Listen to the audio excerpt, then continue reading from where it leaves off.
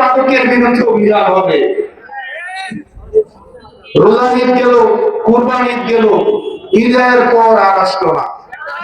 মাদকের বিরুদ্ধে অভিযান তো দূরে থাক, বরং ওনাদের একটা মাদকের সরবরাহ হিসেবে পরিণত হয়েছে। বাংলাদেশটা আমাদের, দায়িত্বটা আমাদের নিতে হবে। সিদ্ধান্ত নেন, আমাদের জন্য ভারত নাই, ইংল্যান্ডও নাই, পয়সা নাই যে আমরা তাহলে আমেরিকা যেতে পারবো। শেষ পর্যন্ত বঙ্গোপসাগর হইতে যাইতে হবে যদি জনগণের সাথে প্রতারণা করি।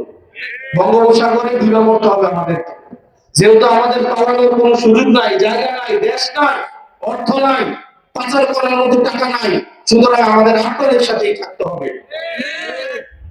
সেজন্য আমাদের দায়িত্বটা নেন, আমরা আপনাদের কাছে ভূমিকা চাইতে আসছি, আমাদের একটু সমর্থন চাইতে আসছি। এই চারা গাছটাকে আপনারা একটু সমর্থন দেন, একটু পানি দেন, একটু সার দেন, একটু সাপোর্ট দেন, যেন বৃক্ষ পরিণত হয়ে শেষ পর্যন্ত এই ফলটা আপনাদের দিতে পারে। বাবারে, একটা সন্তান যখন জন্মগ্রহণ করে, এই সন্তানটাও নিজে নিজে বড় হইতে পারে না। একটা 1.5 বছরের একটা সন্তান আব্বা করে ডাক দেয় না, আব্বা করে ডাক দিতে 2-2.5 বছর লাগে না? আর এই রাজনৈতিক দলের বয়স হচ্ছে কয় মাস, কয় বছর? 1.5 বছরের ভাই নাই।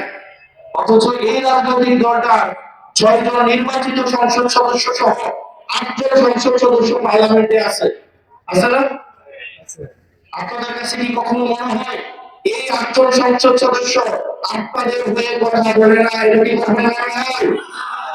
এই 8 জন মানুষ জনগণের ভোটে, জনগণের দ্বারা নির্বাচিত হওয়ার কারণে সংসদে জনগণের হয়েই তারা কথা বলে।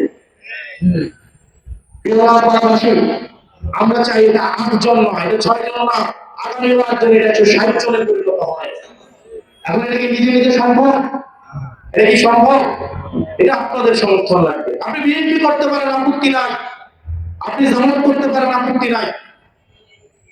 আপনি বাংলাদেশ করতে হইলে না, আমরা এই দেশটাকে একটা সাম্য, সামাজিক ন্যায় বিচার, অধিকার যেন সবার জন্য সুষম থাকে।